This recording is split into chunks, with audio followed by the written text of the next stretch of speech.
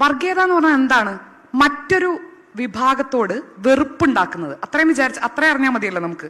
വേറൊരു മനുഷ്യനോട്, വേറൊരു മതവിഭാഗത്തോട് വെറുപ്പുണ്ടാക്കുന്നതാണല്ലോ വർഗീയത എന്ന് പറയുന്നത്. അതെ, ആണല്ലോ. വെറുപ്പുണ്ടാക്കുന്ന എന്താണോ അത് വർഗീയത. ഈ ഏറ്റവും കൂടുതൽ കേരളത്തിൽ ഇപ്പോ പരസ്യമായി വർഗീയത പറയുന്ന ആരാണ്? നിങ്ങൾ ആരോ ചോദ്യത്തിന് ഉത്തരം പറയില്ല. കാരണം അതിലൊരു സൗകര്യക്കുറവുണ്ട്. ഓക്കെ, എന്നിട്ട് ഇതിന് തൊട്ട് മുൻപ് നടന്ന, അതായത് ഇപ്പോൾ നമ്മൾ മാധ്യമങ്ങൾ ശരിയായി റിപ്പോർട്ട് ചെയ്തിട്ടില്ല എന്ന് വിമർശിക്കുന്ന ഭക്തജന സംഗമത്തിലെ സ്വാമിയുടെ പ്രസംഗത്തിന് തൊട്ട് മുൻപ് നടന്ന സർക്കാർ സ്വയം സംഘടിപ്പിച്ച ശബരിമലയിലെ പമ്പയിലെ അയ്യപ്പ സംഗമത്തിൽ ഈ വർഗീയത പറയുന്ന കേരളത്തിലെ ഒരു കാരണവുമില്ലാതെ, ഒരു അരക്ഷിതാവസ്ഥയുടെയോ അല്ലെങ്കിൽ ഏതെങ്കിലും തരത്തിൽ ശ്രദ്ധ പിടിച്ചു പറ്റേണ്ടോ ഒന്നും ആവശ്യമില്ലാതെ കേരളത്തിൽ മനുഷ്യനെ തമ്മിൽ തല്ലിക്കാൻ പറ്റുന്നത്ര വിഷം പറയുന്ന സമുദായ നേതാവ് വന്നത് ആരുടെ കാറിലാണ്? വെള്ളാപ്പള്ളി നടേശൻ മതനിരപേക്ഷവാദിയാണ്. സതീശനും കുഞ്ഞാലിക്കുട്ടിക്കും വർഗീയതയെ കുറിച്ച് സംസാരിക്കാൻ എന്താണ് അവകാശം? ആരാ ചോദിക്കുന്നത്? MV ഗോവിന്ദൻ എന്ന് പറയുന്ന CPM-ന്റെ സംസ്ഥാന സെക്രട്ടറി ആയിട്ടുള്ള ഗോവിന്ദന്റെ ചോദ്യമാണ്. വെള്ളാപ്പള്ളി മതനിരപേക്ഷവാദിയാണ് എന്നാണ് ആര് പറയുന്നത്? ഗോവിന്ദൻ പറയുന്നത്. ഗോവിന്ദൻ വെള്ളാപ്പള്ളിയുടെ കുണ്ടി നക്കുന്ന ഏർപ്പാട്, അത് ഈ പറയുന്ന തെരഞ്ഞെടുപ്പിനെ മുന്നിൽ കണ്ടുകൊണ്ട് വീണ്ടും വീണ്ടും അത് ചെയ്തുകൊണ്ടിരിക്കുക. ആ തീട്ടം ഇങ്ങനെ നക്കി തിന്നുകയാണ് ഗോവിന്ദൻ.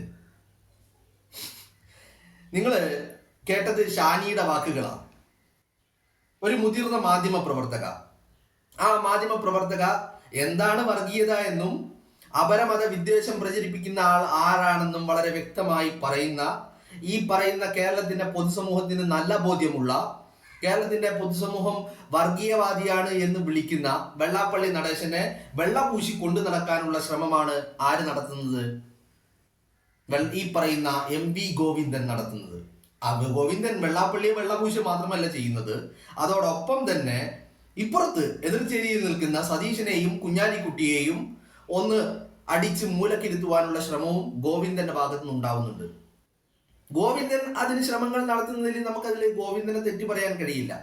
കാരണം ഗോവിന്ദൻ പാർട്ടി സെക്രട്ടറി ആണെങ്കിലും ഗോവിന്ദന്റെ മുകളിൽ മറ്റൊരാളുണ്ട്, അത് രാജാവാണ്. രാജാവിന്റെ പ്രവർത്തനങ്ങൾ എന്താണ്? രാജാവ് RSSന്റെ ഏജന്റാണ്. ഈ പറയുന്ന വെള്ളാപ്പള്ളി നടേശൻ ആരാണ്? വെള്ളാപ്പള്ളി നടേശനും RSSന്റെ ഏജന്റാണ്. ഈ രണ്ട് ഏജന്റുമാരും കൂടി നടത്തുന്ന കാര്യങ്ങളെ വെള്ളപൂശേണ്ട ഗതികേടിലാണ് ഗോവിന്ദൻ വന്ന് ചെന്നെത്തി നിൽക്കുന്നത്. മനസ്സിലായില്ലേ? അപ്പോ ഗോവിന്ദൻ പാർട്ടി സെക്രട്ടറി ആണ് എന്നൊരു പേരിന് പറയാമെങ്കിലും പാർട്ടിയുടെ സെക്രട്ടറി ആണെന്ന് ചോദിച്ചാൽ അല്ല, ഒരിക്കലുമല്ല. രാജാവിന്റെ അടിമയാണ് ഗോവിന്ദൻ. ആ ഗോവിന്ദനെ സംബന്ധിച്ചിടത്തോളം ഈ വെള്ളാപ്പള്ളി നടേശൻ എന്ന് പറയുന്ന കേരളം കണ്ട ഏറ്റവും വലിയ വർഗീയവാദി, ആ വർഗീയവാദി, ജീവിച്ചിരിക്കുന്ന കൂട്ടത്തിലെ ഏറ്റവും വലിയ വർഗീയവാദിയായിട്ടുള്ള വെള്ളാപ്പള്ളി നടേശനെ വെള്ളപൂശി കൊണ്ടു നടക്കണം. കാരണം ഒരു തെരഞ്ഞെടുപ്പ് മുന്നിൽ നിൽക്കുകയാണ്. അത് കഴിഞ്ഞ് നിയമസഭാ തെരഞ്ഞെടുപ്പ് വരാനിരിക്കുകയാണ്. ഈ രണ്ട് തെരഞ്ഞെടുപ്പുകളെയും മുന്നിൽ കണ്ട് ഈ വർഗീയവാദിയെ വെള്ളപൂശി കൊണ്ടു നടന്നാൽ മാത്രമേ നേട്ടങ്ങൾ ഉണ്ടാക്കാൻ കഴിയുകയുള്ളൂ എന്നുള്ളത് ഈ വെള്ളാപ്പള്ളി നടേശനേക്കാൾ കൂടുതലായിട്ട്, അല്ലെങ്കിൽ അതിൽ കൂടുതലായിട്ട് ഗോവിന്ദന് നല്ല അറിവുണ്ട്. മനസ്സിലായില്ലേ? ഇനി വെള്ളാപ്പള്ളി നടേശന്റെ തിരിച്ചറിവ് എന്താണെന്നത് ഞാൻ പറഞ്ഞുതരാം. വെള്ളാപ്പള്ളി നടേശൻ കഴിഞ്ഞ ദിവസം ഒരു പ്രസ്താവന നടത്തി. ഈ വരുന്ന തദ്ദേശ തെരഞ്ഞെടുപ്പ് അത് ഒരിക്കലും ഈ സർക്കാരിന്റെ വിലയിരുത്തലാവില്ല എന്നാണ് വെള്ളാപ്പള്ളി നടേശൻ കഴിഞ്ഞ ദിവസം പറഞ്ഞത്. എന്താണ് അത് പറയാനുള്ള കാരണം? വെള്ളാപ്പള്ളി നടേശനെ സംബന്ധിച്ചിടത്തോളം വെള്ളാപ്പള്ളി നടേശന് നല്ല ബോധ്യമുണ്ട്. ബോധ്യങ്ങളിൽ നിന്നാണ് വെള്ളാപ്പള്ളി നടേശൻ ആ പറയുന്നത് അയാളുടെ ബോധ്യമാണ്. എന്താണ് അയാളുടെ ബോധ്യം? അയാളുടെ ബോധ്യം എന്ന് പറയുന്നത് ഈ പിണറായി വിജയൻ സർക്കാരിന്റെ വിലയിരുത്തൽ ആവും ഈ തെരഞ്ഞെടുപ്പ്. ആ തെരഞ്ഞെടുപ്പ് വിലയിരുത്തലാവുമ്പോ ഈ തദ്ദേശ തെരഞ്ഞെടുപ്പിൽ ഈ പറയുന്ന പിണറായി വിജയന് ഒരു മുൻതൂക്കം, ഒരു മുന്നേറ്റം ഉണ്ടാക്കാൻ സാധിക്കില്ല എന്നുള്ളത് ഈ വെള്ളാപ്പള്ളി നടേശൻ അറിയാം. വെള്ളാപ്പള്ളി നടേശൻ അത് അറിയുന്നത് കൊണ്ടാണ് വെള്ളാപ്പള്ളി നടേശൻ രാജാവിനെ, തന്റെ കൂട്ടുകാരനെ, RSSന്റെ ഏജന്റ് ആയിട്ടുള്ള പിണറായി വിജയനെ ഒന്ന് സുഖിപ്പിക്കാൻ വേണ്ടിയിട്ട് ഇത്തരത്തിലുള്ള സംസാരം നടത്തുന്നത്. മനസ്സിലായില്ലേ? വെള്ളാപ്പള്ളി നടേശന് തിരിച്ചറിവാ. ഈ തദ്ദേശ തെരഞ്ഞെടുപ്പ് ജനം ഈ സർക്കാരിനെതിരെ വിധി എഴുതും. LDF അമ്പെ പരാജയപ്പെട്ടു പോകും. ഒരു മുന്നേറ്റവും LDFന് ഉണ്ടാക്കാൻ സാധിക്കില്ല എന്ന് ഈ പറയുന്ന വെള്ളാപ്പള്ളി നടേശൻ അറിയാം. ആ തിരിച്ചറിവിൽ നിന്നാണ് വെള്ളാപ്പള്ളി നടേശൻ ഈ സഖാവിനെ, രാജാവിനെ സുഖിപ്പിക്കുന്ന രീതിയിൽ സംസാരിക്കുന്നത്. ആ സംസാരങ്ങൾ ഒരു ഭാഗത്ത് നടക്കുമ്പോൾ വെള്ളാപ്പള്ളിയെ വെള്ളഭൂഷണം, വെള്ളാപ്പള്ളിയെ വെള്ളഭൂഷണം എന്ന് മാത്രമല്ല, വെള്ളാപ്പള്ളിയുടെ വോട്ട് ബാങ്ക് ഈ പറയുന്ന സഖാക്കൾ നോട്ടമിട്ടിട്ടുണ്ട്. ആ വോട്ട് ബാങ്കിൽ നിന്നാണ് ഇത്തരത്തിലുള്ള നെറികെട്ട വർത്താനം ഗോവിന്ദൻ പറയുന്നത്. ഇനി കുഞ്ഞാലിക്കുട്ടിയുടെയും ഈ പറയുന്ന വി.ഡി. സതീശന്റെയും കാര്യങ്ങളിലേക്ക് വരാം. വെള്ളാപ്പള്ളി നടേശൻ ഈ അടുത്ത കാലത്ത് നടത്തിയ എല്ലാ പ്രസ്താവനകളും നമ്മൾ എല്ലാവരും കേട്ടതാണ്. ഇനി വി.ഡി. സതീശനും ഈ കുഞ്ഞാലിക്കുട്ടിയും നടത്തിയ പ്രസ്താവനകളും അതും എല്ലാ പ്രതികരണങ്ങളും നമ്മൾ കേട്ടതാണ്. എവിടെയെങ്കിലും ഏതെങ്കിലും അർത്ഥത്തിൽ കുഞ്ഞാലിക്കുട്ടിയോ ഈ പറയുന്ന വി.ഡി. സതീശനോ ഏതെങ്കിലും തരത്തിൽ അപരമത വിദ്വേഷം ഉണ്ടാക്കുന്ന രീതിയിൽ, ജനങ്ങൾക്കുള്ളിൽ വിദ്വേഷം നടക്കുന്ന രീതിയിൽ, കേരളത്തിന്റെ പൊതുസമൂഹത്തെ വിഭാഗീയത ഉണ്ടാക്കുന്ന രീതിയിൽ എന്തെങ്കിലും തരത്തിലുള്ള ഇടപെടലുകളോ സംസാരങ്ങളോ നിങ്ങൾ ആരെങ്കിലും എവിടെയെങ്കിലും കേട്ടിട്ടുണ്ടോ? പിന്നെ എന്തർത്ഥത്തിലാണ് ഗോവിന്ദൻ ഇത് പറയുന്നത്? ഗോവിന്ദന് ഒരു കാലത്ത് വെൽഫെയർ പാർട്ടിയും SDP ഒക്കെ വലിയ മതേതരത്വവാദികളായിരുന്നു. കാരണം അന്ന് ഈ പറയുന്ന വെൽഫെയർ പാർട്ടിയും SDP ഒക്കെ അവരുടെ കൂടെയായിരുന്നു. ഗോവിന്ദനും LDFന്റെ വോട്ട് ബാങ്കുമായിരുന്നു അവർ. ഇന്ന് നേരെ മറിച്ച് അവർ LDFനൊപ്പം നിൽക്കില്ല എന്ന് വരുമ്പോ അവർ തീവ്രവാദികളാകുന്നു. മനസ്സിലായില്ലേ? എന്ന് പറഞ്ഞാൽ കിട്ടാത്ത മുന്തിരി പുളിക്കുന്നു. അതാണ് ഗോവിന്ദന്റെ അവസ്ഥ. ഗോവിന്ദനും സഖാക്കളും അടിമകളും ഒക്കെ ഒരു വലിയ പരാജയത്തെ മുന്നിൽ കാണുന്നുണ്ട്. ആ പരാജയത്തെ മുന്നിൽ കാണുമ്പോൾ ഇത്തരത്തിലുള്ള വർഗീയ ധ്രുവീകരണങ്ങൾ നടത്തുവാനുള്ള ശ്രമങ്ങളാണ് പിന്നീട് കാണുന്നത് നമ്മൾ.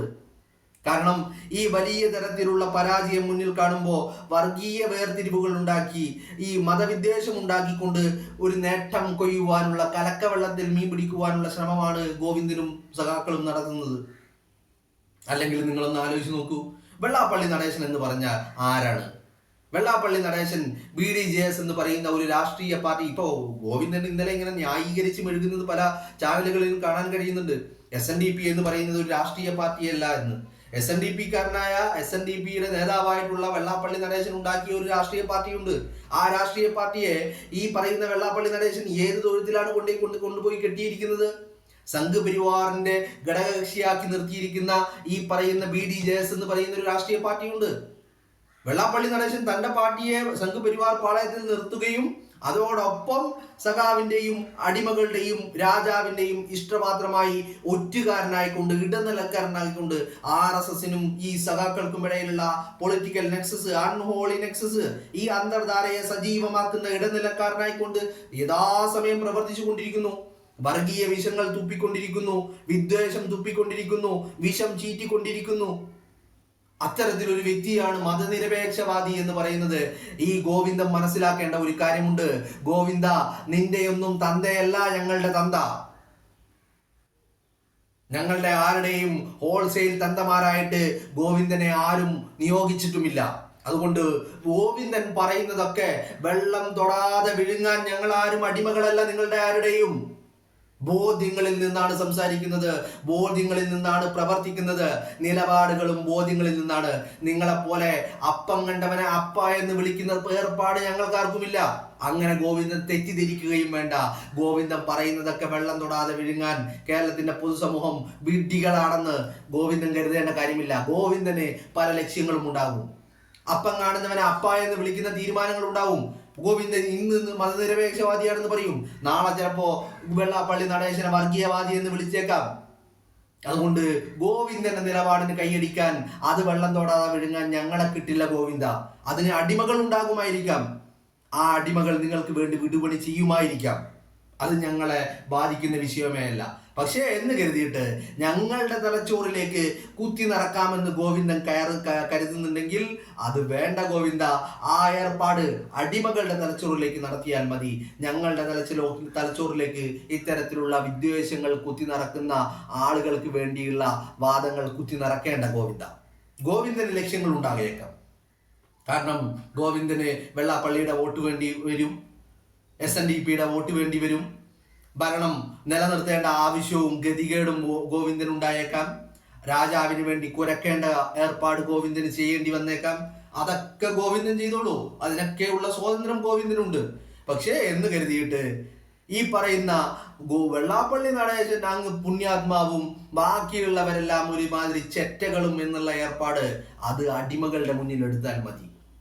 മനസ്സിലായില്ലേ? ഞങ്ങളെല്ലാവരും കഴിക്കുന്നത് രാജാവിന്റെ തീട്ടമല്ല, ഞങ്ങളെല്ലാവരും കഴിക്കുന്നത് അരിയാഹാരമാണ് എന്നുള്ള തിരിച്ചറിവ് ഗോവിന്ദൻ ഉണ്ടാവണം. ഞങ്ങൾക്ക് ആ തിരിച്ചറിവുണ്ട്. അതുകൊണ്ട് ഗോവിന്ദൻ പറയുന്നതൊന്നും വെള്ളം തൊടാതെ ഞങ്ങൾ അങ്ങ് വിഴുങ്ങണം എന്നുള്ള വാശി അത് ഗോവിന്ദൻ ഉപേക്ഷിക്കണം. ആ വാശി ഗോവിന്ദൻ ഉണ്ടാവാൻ പാടില്ല. മനസ്സിലായില്ലേ? അടിമകളോട് പറഞ്ഞോളൂ, അടിമകളോട് നിങ്ങൾ ഇത് വെള്ളം തൊടാതെ വിഴുങ്ങണമെന്ന് അവരോട് പറഞ്ഞോളൂ. അവർ വിഴുങ്ങും, അവർ അതിനനുസരിച്ച് അത് ഛർദ്ദിക്കുകയും ചെയ്യും. ഞങ്ങൾ അതിനെ കിട്ടില്ല എന്നുള്ള തിരിച്ചറിവ് ഗോവിന്ദൻ ഉണ്ടാവണം. അത്രേ ഇക്കാര്യത്തിൽ പറയാനുള്ളൂ. വെള്ളാപ്പള്ളി നടേശൻ ആരാണെന്നുള്ളത് കേരളത്തിന്റെ പൊതുസമൂഹത്തിന് വ്യക്തമായ ബോധ്യമുണ്ട്.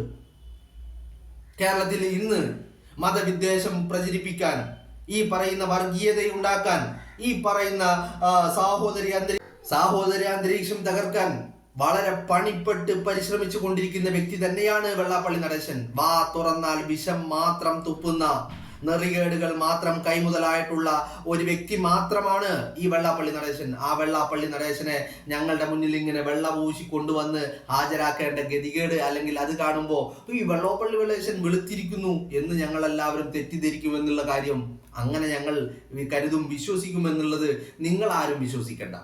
അങ്ങനെ നിങ്ങൾ ആരും കരുതുകയും വേണ്ട.